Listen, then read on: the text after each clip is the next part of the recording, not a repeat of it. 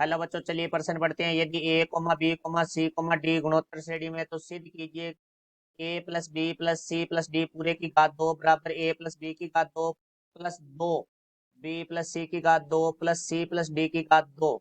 मुख्य अवधारणा। तो हमारा जो प्रश्न है वो गुणोत्तर श्रेणी से संबंधित है। तो देखो, सबसे पहले बात करेंगे हमें गुणोत्तर श्रेणी। तो वह श्रेणी जिसके क्रमागत दो पदों का अनुपात है वो समान रहे, तो हमारी वह गुणोत्तर श्रेणी होती है। जैसे ए बी सी डी गुणोत्तर श्रेणी में है, तो देखो इनका जो सारा अनुपात है वो हमारा बराबर होगा। तो बी बटे ए बराबर होगा सी बटे बी बराबर होगा हमारा डी बटे सी। इसको हम समीकरण नंबर एक दे देते हैं। तो देखो, हमारे जो प्रश्न में पूछा गया है उसका हम पहले बायां पक्ष लेते हैं, क्योंकि हमें सिद्ध करना है बायां पक्ष बराबर दायां पक्ष। तो यहाँ से बाएं पक्ष की हम बात करते हैं। तो बाएं पक्ष में हमारे पास है A plus B plus C plus D की घात दो। तो देखो, इसके हम प्रथम दो पदों को इकट्ठा करके एक मान लेते हैं और अंतिम दो पदों को एक मान लेते हैं। तो देखो, यहाँ से हमारे एक सूत्र का प्रयोग होगा। ए प्लस बी की घात दो बराबर हमारा होता है ए की घात दो प्लस बी की घात दो प्लस दो ए बी। तो ए की जगह देखो हमारे पास है ए प्लस बी है और बी की जगह हमारे पास सी प्लस डी है।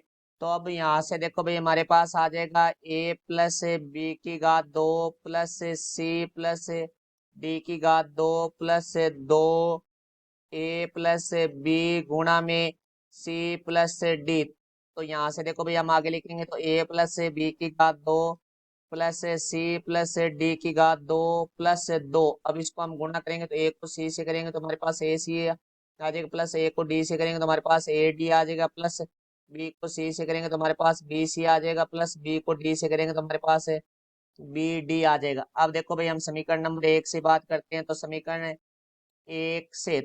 एक से देखो हमारे पास क्या है, बी बटे ए बराबर है सी बटे बी बराबर है डी बटे सी। तो इसके हम प्रथम दो पदों से बात करते हैं। तो प्रथम दो पदों से बी बटे ए बराबर सी बटे बी। तो यहाँ से बी की घात दो बराबर हमारा आ जाएगा ए सी। अब हम अंतिम दो पदों से बात करते हैं। तो हमारे पास है सी बटे बी बराबर आ जाएगा हमारा डी बटे सी। तो यहाँ से देखो भाई, सी की घात दो वज्र गुणा करेंगे तो सी की घात दो बराबर आ जाएगा बी डी। तो ये जो समीकरण है हमारी, इसे हम समीकरण नंबर दो देंगे।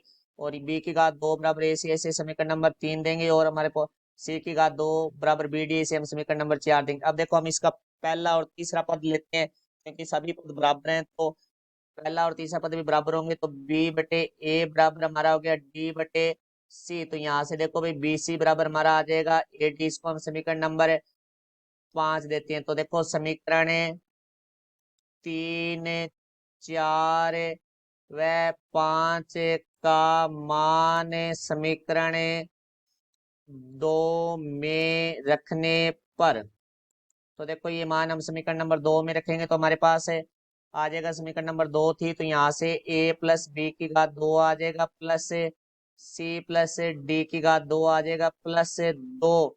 तो देखो, अब हमारे पास है ए सी का मान है हमारे पास है समीकरण नंबर तीन में बी की घात दो। तो यहाँ आ जाएगा हमारा बी की घात दो प्लस हमारे पास है ए डी। तो ए डी समीकरण नंबर पांच से बराबर है बी सी के। तो यहाँ आ जाएगा बी सी प्लस हमारे पास है बी सी प्लस है हमारे पास है बी डी। तो बी डी समीकरण नंबर चार से मान है सी की घात दो के बराबर।